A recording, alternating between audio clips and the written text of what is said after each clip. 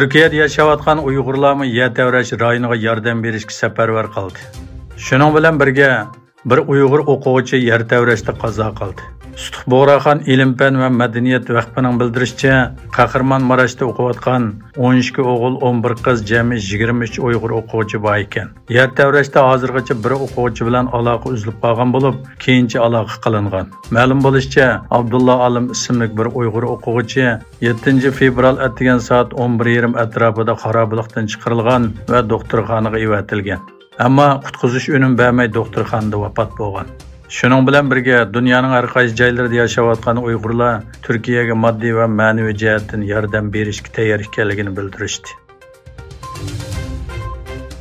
5 fevral G'ulji qirg'inchiligini xotirlash yuzasidan Nyu-York shahridagi Birlashgan Davlatlar Tashkiloti bosh shtabi oldida Xitoyga qarshi namoyish o'tkazildi.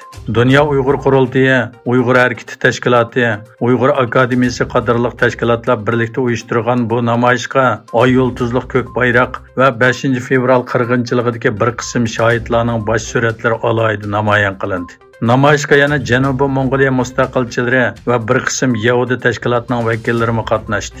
5 fevral kuni Qirg'iziston poytaxti Bishkekda va Qirg'izistonning janubidagi Jalolobod shahrida ittifoq jamiyatining uyushtirishi bilan 1997-yil G'uljida yuz bergan qonliq voqeaning 26 yilligi xotirlanib, shahidlarga atab xatmi Qur'on qilindi. 5 fevralda Olmatoning Oqjo'l restoranida 1997-yil 5 fevral G'ulji qirg'inchiligining 26 yilligiga bag'ishlangan xotirlash marosimi bo'lib o'tdi. Amerika davlat bexatarlik maslahatchisi Jack Sullivan Amerikaning Xitoyning jasus havo sharining harakatini nazorat qilish orqali Xitoyning istixborot iqtidoriga oid nurg'un sonliq ma'lumotlarga erishadiganligini o'rtaga qo'ydi. Sullivan tushirilgan Xitoy gaz sharining qoldiqlarini yig'ish va tekshirish uchun biroz vaqt ketadiganligini aytdi.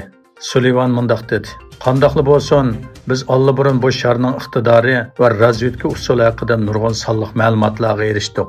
Amerika tuprog'idan o'tganda biz har xil usullar bilan iz qo'g'ladik." Osiyo bosh ministri Antoni Albanese va uning Yangi Zelandiyadagi mansabdoshi Chris Hipkins ko'rishib, rayon masalasi shundaqla Xitoy bilan bo'lgan hamkorlikni muzokara qildi. Birinchi oyda o'zining ilgirki Jankinda orderning istifa berishidan keyin bosh ministr bo'lgan Hipkins tunji qatim chet el ziyoratini Avstraliyaga qilgan. Hipkins o'zlarining Xitoy bilan bo'lgan ixtiloflarini davomli ifodalaydiganligini, ammo Beijing bilan bo'lgan munosabatni davomli kuchaytirishga tirishadiganligini eskartgan. Hindiston elektron va uchur texnikasi ministrligi Xitoy manbalik 232 appni cheklaydiganligini e'lon qildi. Ma'lum bo'lishicha, bu appning 138 dotekish applari ekan. Elektron va uchur texnikasi ministrligining aytishicha, bir qism Xitoy applari davlatning egalik huquqi, butunligi, mudofaa, bexatarlik va jamiyat tartiblariga ziyonli faoliyatlar bilan shug'ullanadi ekan.